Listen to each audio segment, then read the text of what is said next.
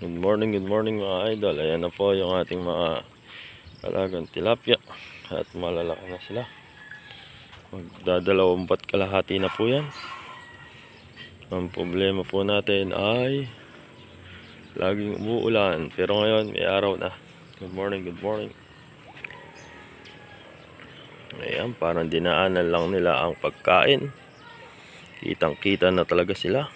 Malinaw na malinaw ang tubig. Ganda. Oh, lalaki. Lalaki na nila. Kikita na. Dati nagsimula tayo parang kiti-kiti lang sila. Ngayon lalapad na.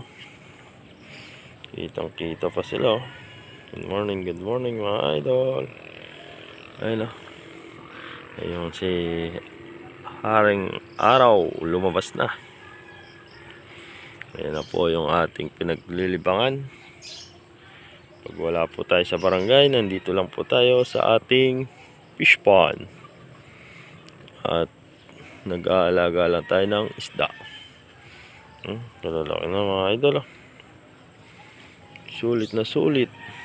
Malalapad. Linaw ng tubig. Malinaw. Oh.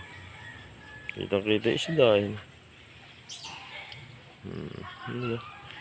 Kitang-kita na po ang mga isda natin. Mag-ano na yan sa 30 ay 2 months 15 days sa July 30.